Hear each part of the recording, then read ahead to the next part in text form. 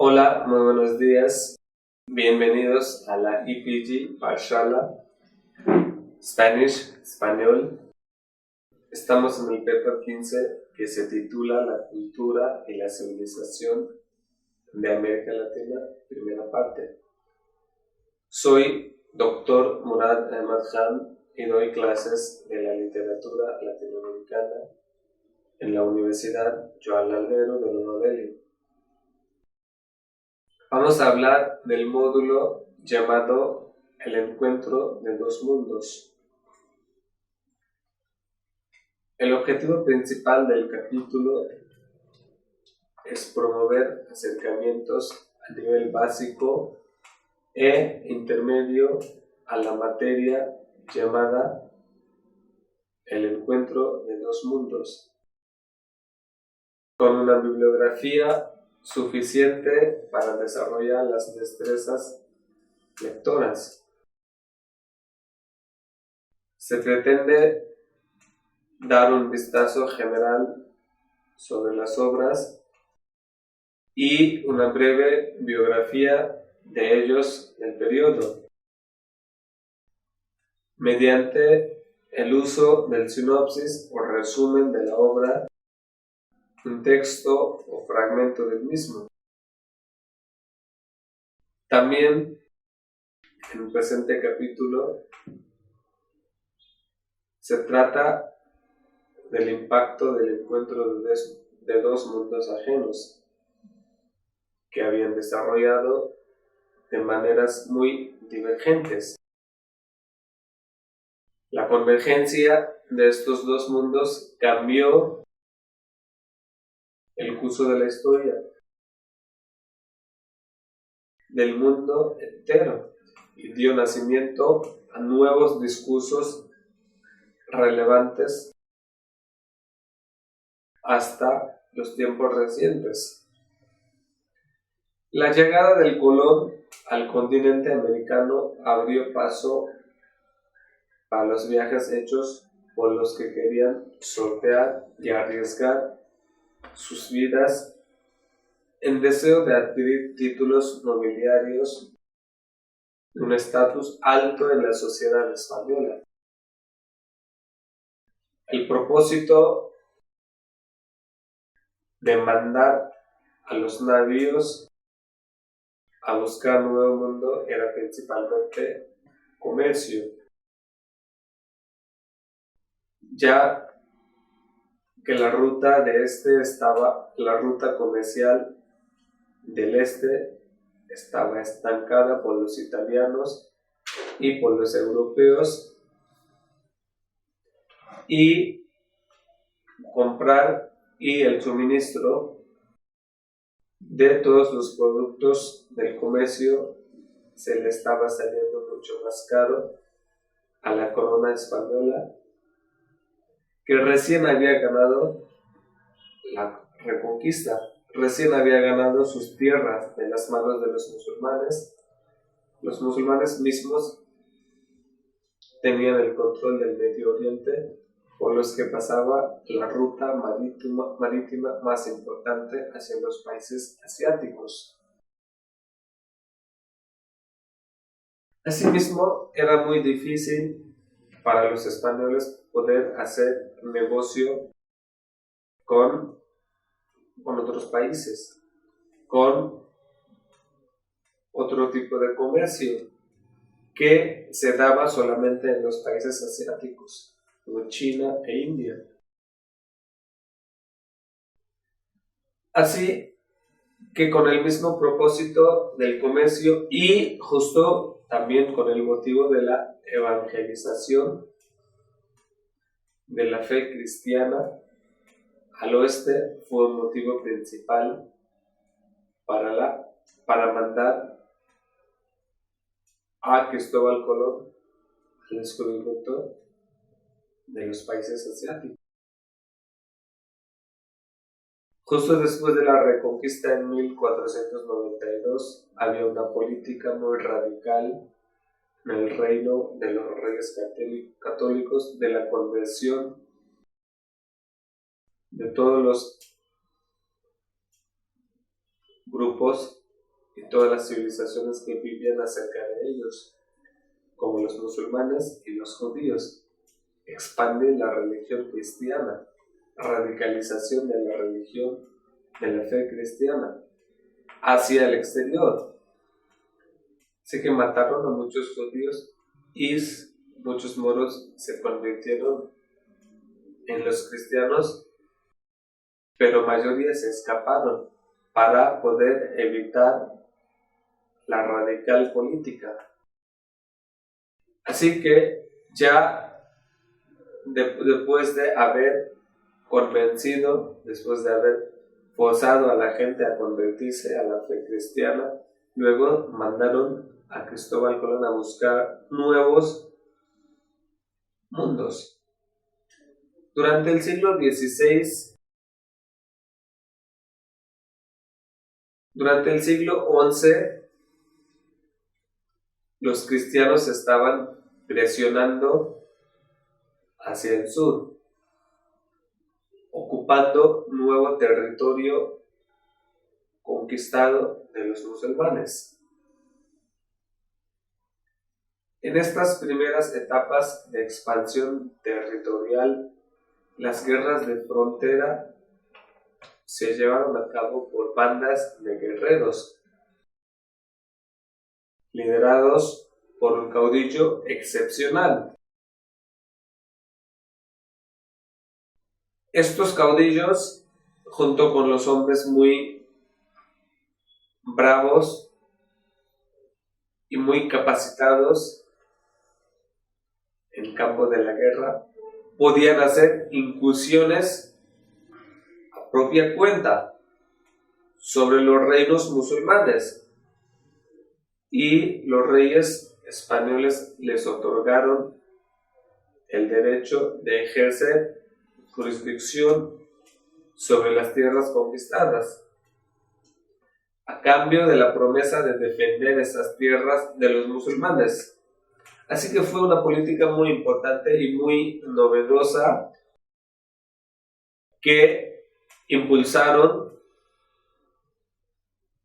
en la que no tenía que involucrar directamente el imperio cristiano, el imperio español, sino que también a través de varios caudillos y grupos que podían guerrear contra los musulmanes, podrían derrocar a los reinos musulmanes en todos los lugares expandidos, especialmente en el sur y en el centro de España. Y así que después de haber ganado esas tierras de los musulmanes, también el rey les podría dar el derecho de poder gobernar a estos territorios, estos reinos independientes, solamente con la promesa, solamente con el comprometimiento de defender esas tierras de los musulmanes. Por lo tanto, los hombres ambiciosos podían encontrar fácilmente más riquezas y estatus en la aventura militar que trabajando la pobre y poco gratificante tierra. Y así pues, la sociedad de frontera de los estados ibéricos era fundamentalmente aristocrática. Dadas las oportunidades que existían para un plebeyo de convertirse en noble. Así que se surgió una ola de los aventureros que quisieron hacer esta conversión, convertir de la clase, convertir del estatus social de ser un plebeyo a ser un noble que venía bajo la jurisdicción del imperio español y tenían el motivo de poder luego descubrir y reinar por sí mismo en un país liberado de los musulmanes. Así que bajo esta política muchos plebeyos tuvieron éxito en expulsar a los musulmanes de la tierra española, convirtiéndose en nobles, poseyendo tierras y derechos sobre los vasallos. Incentivos similares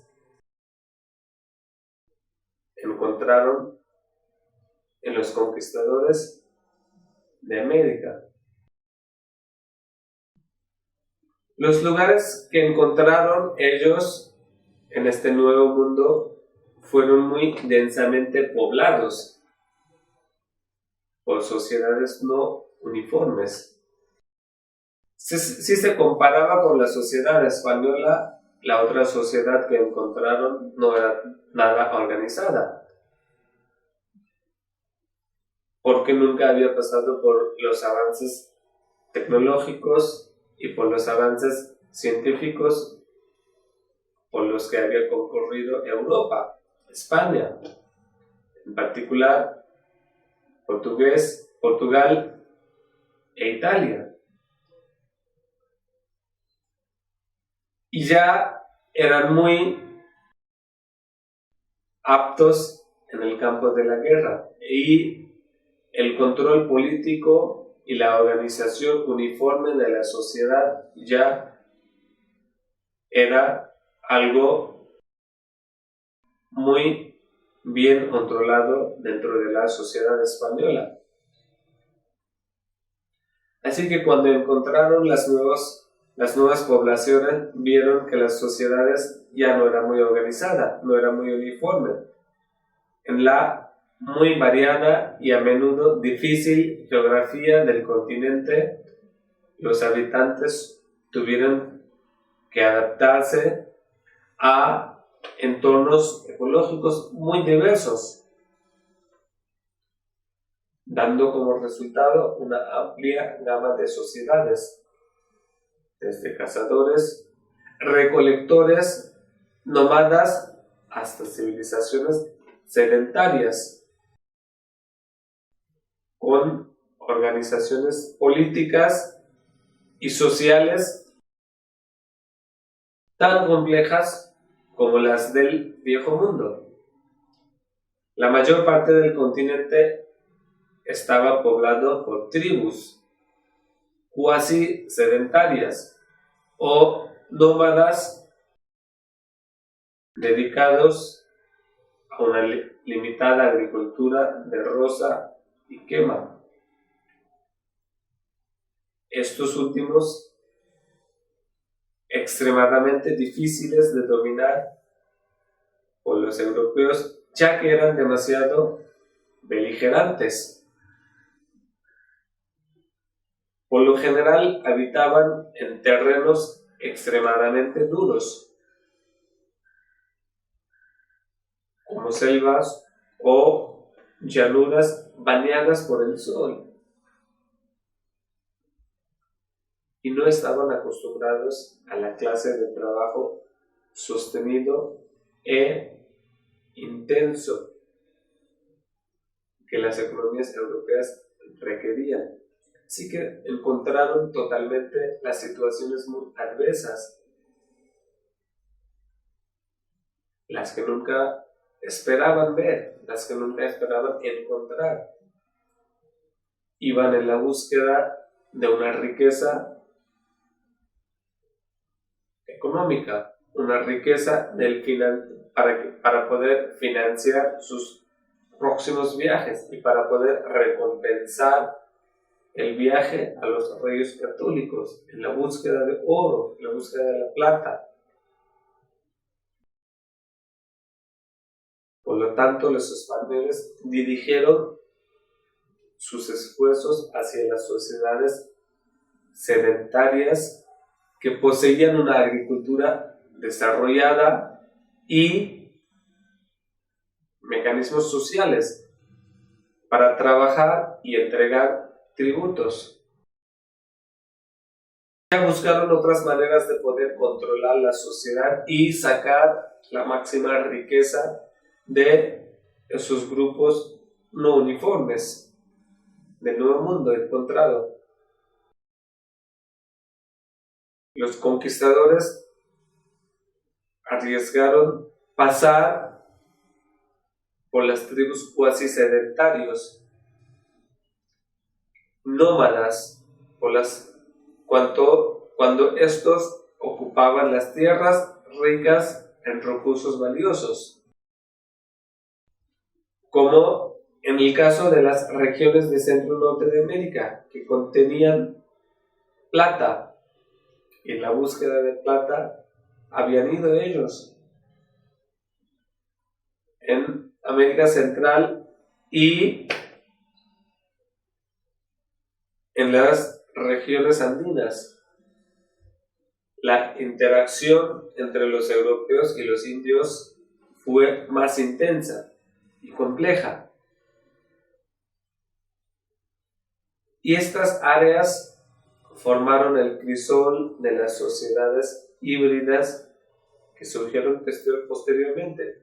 El mestizaje que dará lugar a una sociedad híbrida y una nueva clase de la sociedad surgirá mixto de los europeos y de los indios. De las sociedades más modernas de los tiempos a las sociedades indígenas. De ahí, de haber reinado varias décadas, surgirá una nueva clase híbrida de la sociedad. La conquista española debe, en primer lugar, a la superioridad de la tecnología militar, armaduras, armas y barcos que dieron a los conquistadores una ventaja.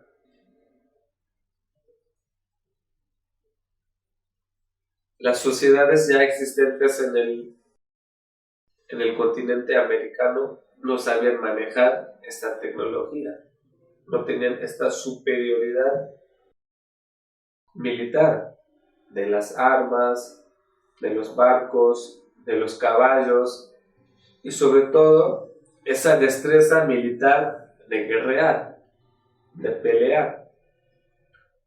Los españoles ya lo traían consigo de haber guerreado contra los musulmanes, de haber practicado mucho en muchas de las aventuras que ellos hacían, la búsqueda de las rutas marítimas por parte de Portugal y por parte de Italia. Pero en muchos casos los conquistadores estaban mal equipados y las dificultades del terreno a menudo anulaban esta superioridad técnica. Un recurso más versátil era el caballo,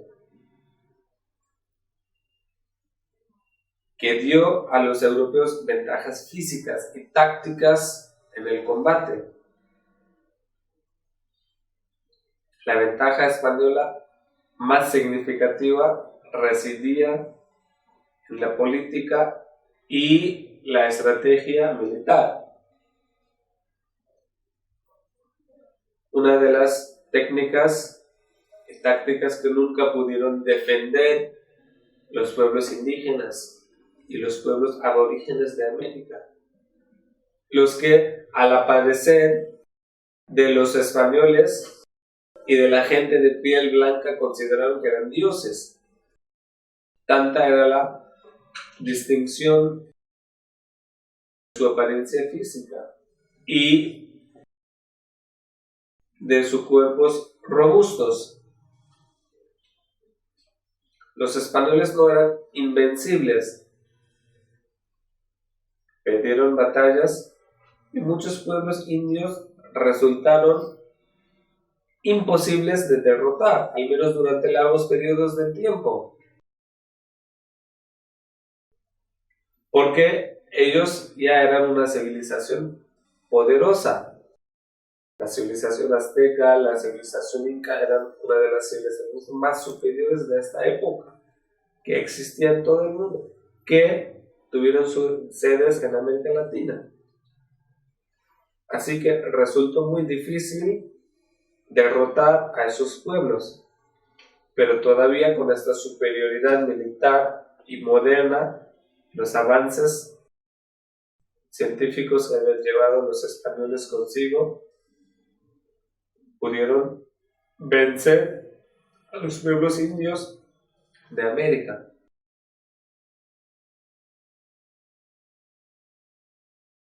Pero los conquistadores explotaron hábilmente las rivalidades de los nativos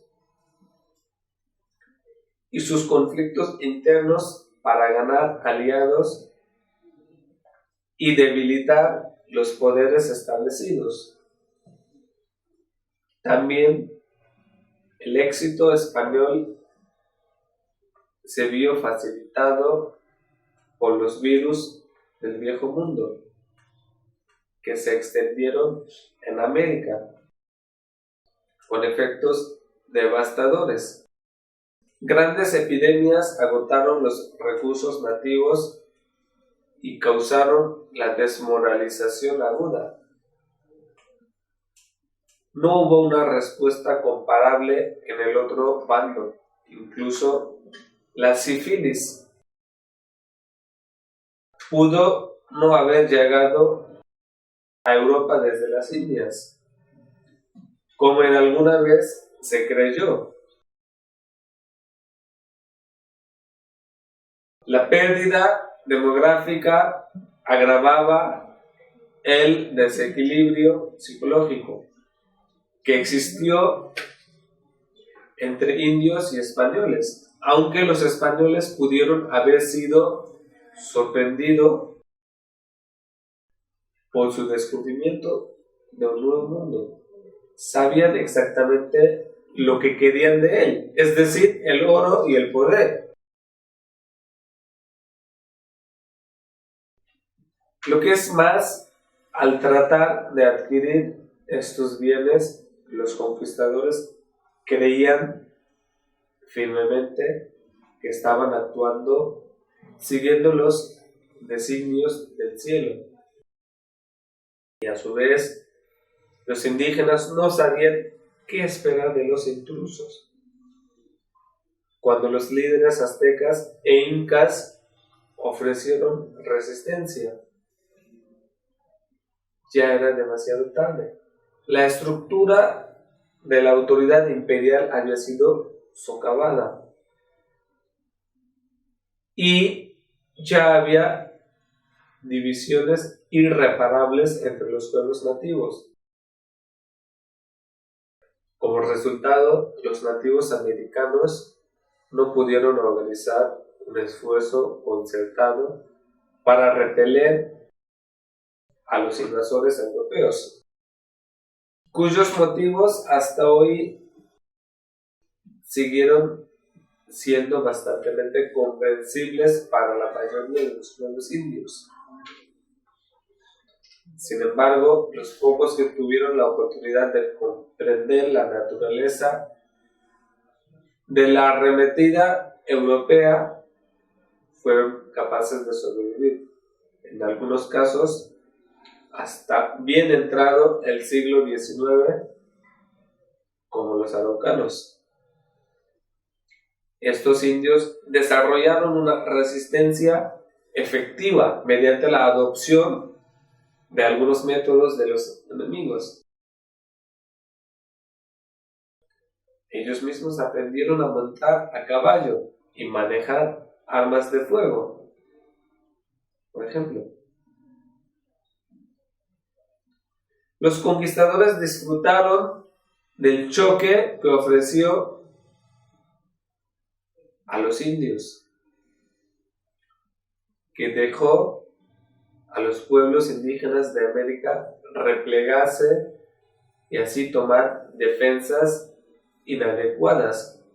Sin embargo, a pesar de que no hay ningún misterio acerca de la victoria de los conquistadores, los indios se explicaron su derrota en términos metafísicos.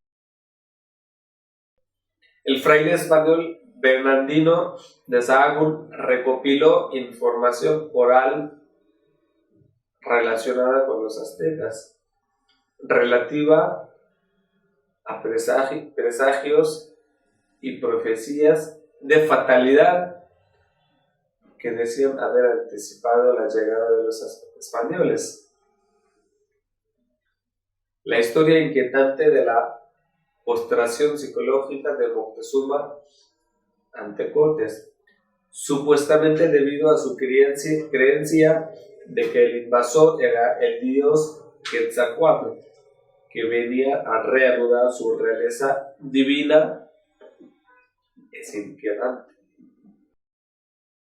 En Perú, los cronistas españoles informaron de mitos similares sobre el dios Viracocha, que había salido a través del Pacífico prometiendo volver. Lo que ocurrió en el siglo XVI no fue tanto el descubrimiento del Nuevo Mundo, como el encuentro de dos ramas de la humanidad que habían sido previamente desconocidas entre sí. Para los indios de América, que habían vivido una existencia completamente aislada, el encuentro con los extranjeros fue traumático. Las invasiones europeas trajeron muchas innovaciones, métodos agrícolas, incluidos los nuevos cultivos y animales, tecnología. Con la introducción de la rueda, hierro, armas, barcos, herramientas y la economía, donde el uso del dinero y el comercio con fines de lucro estaba mucho más desarrollado que en las sociedades indígenas. Todas estas innovaciones cambiaron y perturbaron el mundo indio. Aún así, en las zonas imperiales de Mesoamérica y los Andes, la ruptura con la tradición no fue total. En primer lugar, los indios y los iberos tenían ideas similares de soberanía política. Los reyes católicos de los reinos ibéricos reafirmaban su legitimidad y autoridad absoluta por una fuente divina, como lo hicieron los gobernantes de los aztecas y los incas. El imperio mexica y el imperio espacio eran también los heraldos y los alalides de las culturas y de dos mundos, de un mundo oriental y de un mundo occidental, que se cruzaron y fundieron en México. Las culturas americanas tuvieron en este continente su desarrollo y se produjo la majestad de Teotihuacán y el refinamiento barroco de los mayas. Pero los más antiguos pobladores vinieron de Asia, del Extremo Oriente, y existieron analogías sugestivas entre elementos culturales de esas tierras asiáticas y otro de allí, de este nuevo mundo. Tanto en Europa y los Estados Unidos imperiales amerindios, la institución religiosa estaba estrechamente involucrada en los asuntos del gobierno. Una casta sacerdotal o una jerarquía de la iglesia reposaba al Estado y recibía numerosos privilegios, como tierras y el homenaje del pueblo. Ambas clases de la sociedad eran señoriales, los nobles indígenas. Al igual que sus homólogos ibéricos, tenían latifundios trabajados por campesinos que pagaban tributo. También había grandes hogares compuestos por amplias familias, así como los numerosos sirvientes. Las relaciones dentro de esos hogares y entre clanes nobles tenían una relación parecida entre el monarca y su pueblo, basado en el patriarcado y el clientelismo. Un hombre de poder otorgaría favores a cambio de la lealtad de sus clientes y subordinados. Los aristócratas valoraban el honor y la gloria derivada de las hazañas militares, pues en América como en la península ibérica había una larga experiencia de conquistar y subyugar reinos extranjeros. Estos dos mundos pues se reunieron y se enfrentaron en el siglo XVI. Sin embargo, ha quedado claro que existían suficientes similitudes políticas y sociales entre los dos mundos, al menos en Mesoamérica y en los Andes centrales, donde se realizó bastante rápido un proceso de reestructuración y de hibridación después de la conquista que se había completado. Conclusión. Este descubrimiento cambió el curso de la historia, y aunque resulta difícil pensar o saber qué hubiera pasado si Colón hubiera seguido otra ruta, parece claro que el descubrir América supuso gran riqueza para Europa, aunque pocos o ninguno fueron los beneficios por los que por aquel entonces poblaban aquellas tierras. Al margen de la conquista de los territorios de América, cabe añadir que la llegada de europeos supuso, además de un colapso demográfico de la población indígena, debido principalmente a los genocidios indiscriminados o la llegada de enfermedades epidémicas ante las que los indígenas carecían de defensas biológicas.